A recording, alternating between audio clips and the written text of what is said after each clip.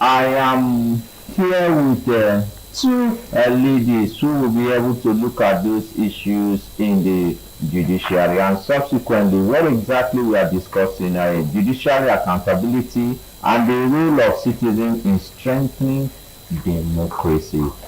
From my immediate right, we have Rahila Dauda. She's a lawyer, senior legal officer, International Federation of Women Lawyers, FIDA, Nigeria. Welcome, Rahila Dauda, to the program. Thank you so much for having me. It's a pleasure to be here. All right, we also have Lois Tufumi. She's a North Central Coordinator, Young Urban Women Movement. Welcome, Lois, to the program. Thank you. It's good to be here. All right, then let's begin. First of all, let's look at, since we are focusing on the judiciary, Lois, let me start with you. What is judicial accountability, and why is it important in a democratic society? Why is it really important? Let's look at from your... Okay, so judicial accountability is when individuals seek transparency, fairness, right, from the judicial officers. Now, what I'm talking about is the judges, judicial officers, and everybody that is involved in the judicial space. So when we seek accountability, we seek fairness, we seek transparency, so that's basically what judicial accountability is. And then why it is important for democracy is the fact that see cases where we have elections, and these elections, we're always thrown to the court, and at the end of the day, the politicians have to go to court, and the judges give the final ruling. When they give the final ruling, that means the decision and the presidency is actually coming from that decision that the judges have made. So it's important that we as citizens understand that we need to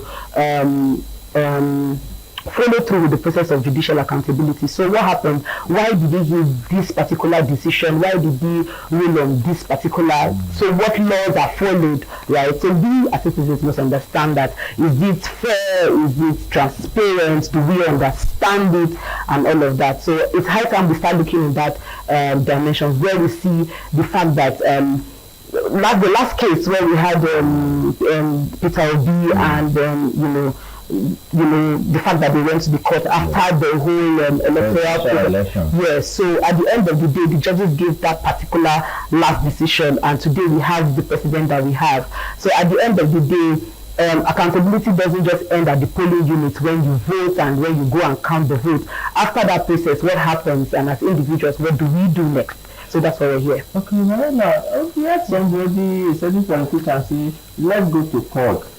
Some judicial officers will now say things like the judiciary has given hope on a particular judgment. So what is the difference between the two? For if you feel you are not satisfied, let's meet in court.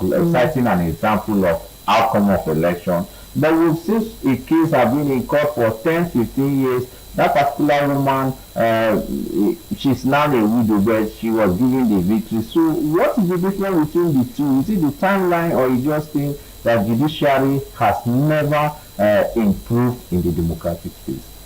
Okay, so let me just start saying this. In the local parlance, generally, there's a saying that judiciary is the last hope of the common man. And I still stand by that. As a lawyer, as a minister in the Temple of Justice, we always say that, and a promoter of the rule of law. I mean, the judiciary is like not only a hope, but it's like a shield to the common man. So I know that it has its own challenges, which I know we're going to discuss, but that doesn't mean that all hope is lost. What I wanted to add was that the key point to judicial accountability is the independence of judiciary. It's very important because, yes, while there are judiciary is seen to be, of course, an arm of the government, but it should not be intimidated. It should not be coward. It should not be put into any pressure. That is what we mean by judicial independence. And even as there is judicial independence, that doesn't mean that the judges should act above the law. No. They owe us a duty of acting with transparency, with accountability, and total ethics. So for you saying it takes time, I mean, it's a Nigerian factor. Yeah. You understand? And I'm sure we're going to discuss the challenges. There's a lot of challenges that the Nigerian judiciary is facing that makes it look like there's no longer hope. I know of a senior advocate that relates to us that when he was in school, I think before he was born, there was a land dispute in Delta State. That case started before he was born. He was one that finished it after he became a senior advocate in 2005, I between 2015. Yes, that is not supposed to be the norm because justice delayed is justice denied. So there's a lot of work that needs to be done in our judiciary. Okay, that brings me to the next question that says, how does the judiciary impact everyday lives of